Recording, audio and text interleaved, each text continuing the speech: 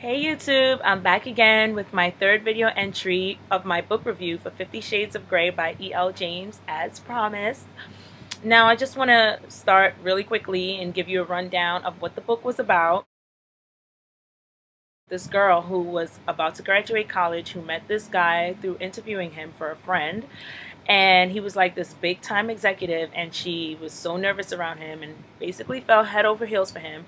And she's very inexperienced. She's never had a boyfriend before. She's still a virgin, and he just swept her off her feet. He pretty much felt the same way about her and pursued her for a while until he got her. But when he got her, that's where things get interesting.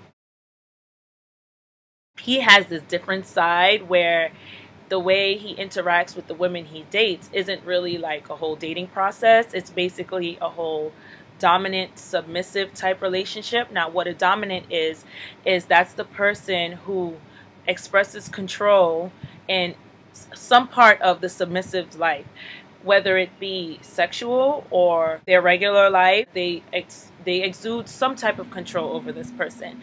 So this is the only type of relationship he knows how to have and he's interested in having. So she basically has to like research it and see if this is something that she wants to do, and he's imploring her and making her try to understand that even though it is weird and she's not used to it, that he really wants her and this is the only way he knows how to have a relationship. So can she please try it just for like a trial period?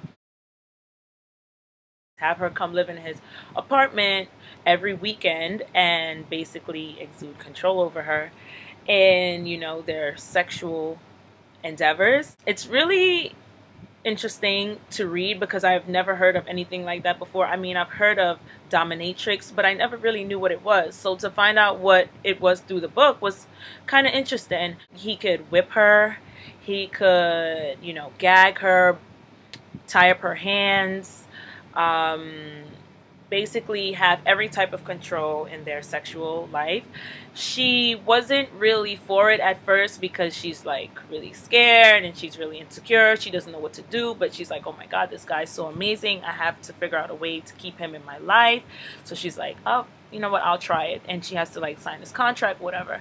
I don't really want to tell you what happened in the ending of the book, but this is basically the gist of the whole book, is her trying to adapt to his type of life and him also trying to take it kind of easy on her because she is very young. She's a virgin. Plus he had more feelings for her and he did a lot of firsts with her that he would never do with other women because of his feeling. He had this type of draw towards her that he wanted her and he would try different things. First of all, with her being so insecure, I wondered if her insecurity played a big part in why she put up with a lot of things that he was doing to her. Like, he was very controlling and he basically wanted to control every part of her life. He wanted to control what she ate, what she did, who she saw. And I wonder if that was only able to happen because she was insecure and because she had low self-esteem. Because as women, sometimes we put up with stuff from men that we feel, we're obligated to do it because we would never have a chance with them. So if they're giving us a chance, then we have to do certain things for them.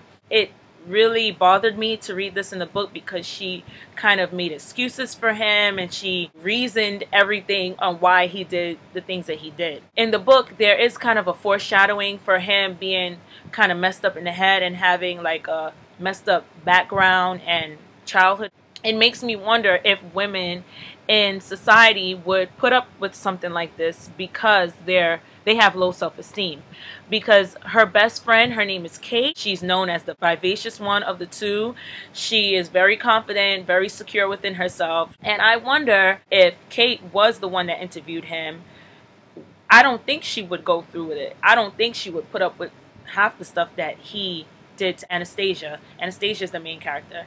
I don't think Kate would put up with it. And I'm also not sure if Christian, which is the guy, would have even pursued Kate, because as I said in my last video, men, they can smell a mile away if you have confidence, what you're willing to put up with, what you'll take from them. Like, they know. If he had Kate in his office, I highly doubt that he would have went after her or he would have proposed certain things to Kate. She has all these battles within her head, but she never actually says it, which is my problem. She never really stands up for herself the way I feel like she should, but then again, it's the way I feel. I also wanted to talk about this whole dominant submissive relationship. It can get borderline abusive, and I am not sure how to take it. Now, I did some research on the dominant and submissive relationship, and there was this one woman who was very angry at the book, and she felt like the book did not really and truthfully portray what a dominant and submissive is. She said that just because you're dominant doesn't mean you have a messed up childhood. That's your lifestyle, and that's what you choose to do behind closed doors. And she shed a new light on it that really wasn't portrayed in the book, which I appreciated because I was so quick to judge. I'm just like, whoa, this is like abusive. He's whipping her. He's slapping her on the butt when she doesn't do things that he wants her to do. So being a submissive doesn't necessarily mean hiding your personality, that you're a weak person, that you don't stand up for yourself. There's safe words where you can use, where if you feel like you're being violated somehow, emotionally, physically, you can use that safe word and it stops. But as a submissive, do you even feel like you have the power to say stop? Because in the book, she wanted him to stop, but she kind of was trying to prove a point. She wanted to please him, so she didn't want to say stop. And it was kind of a tough situation for her, and it was kind of peer pressure. She wanted to please him, so she wasn't okay with saying stop, even though she hated the pain. She hated how she felt. She felt degraded, and she told him this. You can look at it from a male's point of view, where women, we say one thing and we do another, because she's saying she's not okay with it, but then she's doing it, and then she's justifying it. So it's a double-edged sword. Both sides could be viewed as wrong, but I don't think they're wrong because they're fictional characters, so it's not that serious. The book became kind of repetitive. They literally had sex every 5 minutes. Literally, after they did it the first time, they did it every single time, and it was so amazing. Flowers and roses and climaxes, and we're sprouting flowers through our private parts, and it's just like, oh my god, stop already. The first couple of times was like, whoa, this is very detailed and intricate, and I feel like I'm a fly on the wall of this room where they're doing some crazy kinky stuff, and it was like, whoa, it's kind of cool. But you know, a couple of chapters in of the same thing happening over and over and over again, she had some stuff to work on within herself.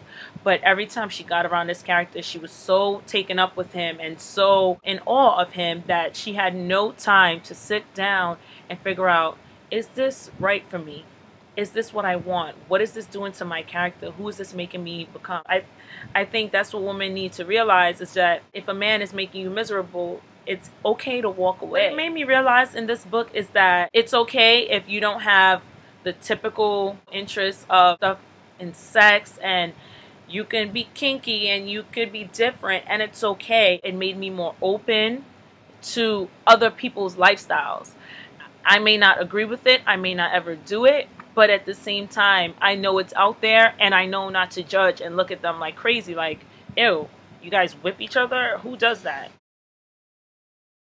It's okay. And I think that's what some of this book was about, was to make people more accepting of other people's sexual preferences.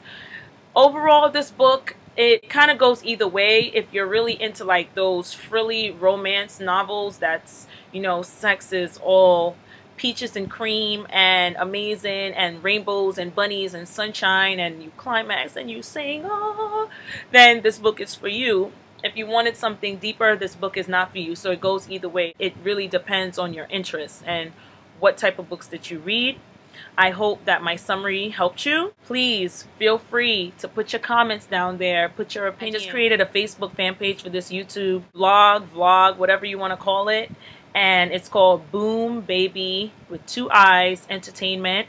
Look me up. It's going to have all my updates on there. Also, look me up on Twitter if you want, because it gets the updates from YouTube when the video is uploaded. It's at Chase_baby with 2 I's. I'm going to contact you through those medias to let you know what is the next book that I'm going to be doing and when it's going to be coming out. So that's why you have to make sure and keep updated with me. Yeah. Girls, we run this mother. Yeah. Girls, we run this mother.